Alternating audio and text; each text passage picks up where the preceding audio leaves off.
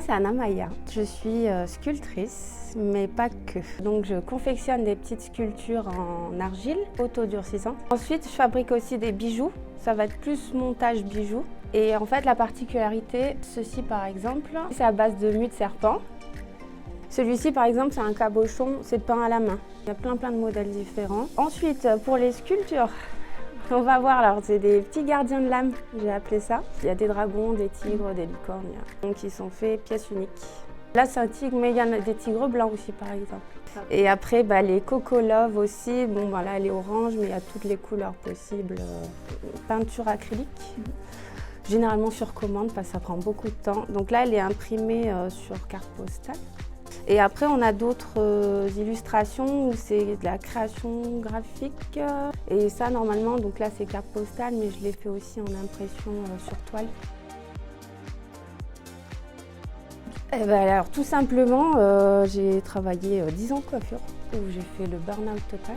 Et je me suis dit, on a une vie. C'est pas fait pour ça, en fait. Et du coup, c'était dur de se dire... oh, qu'est-ce qu'on fait parce qu'on est conditionné en fait. Et je fais mais j'ai qu'une vie, que je vais faire ce qui me plaît. Ça a été dur, mais je crois qu'on lâche pas en fait, tout s'est enchaîné dans le projet. Et un jour, je sais pas pourquoi, j'ai voulu essayer la sculpture. Et j'avais commencé, c'était une Katrina et j'ai dit tiens, en fait ça va, c'est sympa. Et en fait au fur et à mesure, je me suis spécialisée là-dedans et c'est plus la sculpture qui a pris le dessus. Je pense qu'en fait, c'est tout ce que j'ai pu voir à la télé, au cinéma, les comics aussi, ça m'a beaucoup inspiré, tout ce qui est les X-Men et tout. Oui.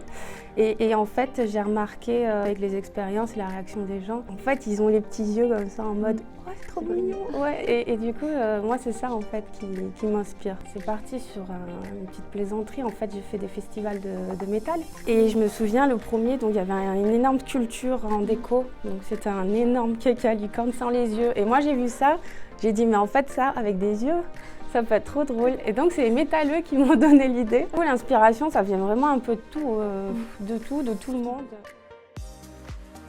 C'est vraiment le début et je trouve qu'il y a un soutien énorme. Moi, je me sens vraiment bien accompagnée. Je me sens plus seule au monde dans ma galère. J'ai fait un premier atelier aussi sur la communication. Et déjà, génial quoi. On a parlé de mon book, de tout ce qui était visuel, site internet et ouais, parce que tout seul c'est compliqué.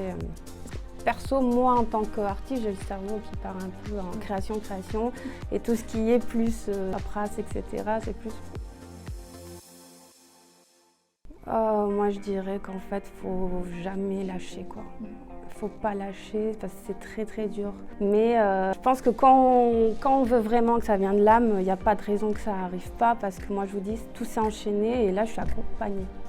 Je suis pas seule et ça commence vraiment à prendre forme d'un côté très professionnel, plus que juste l'artistique.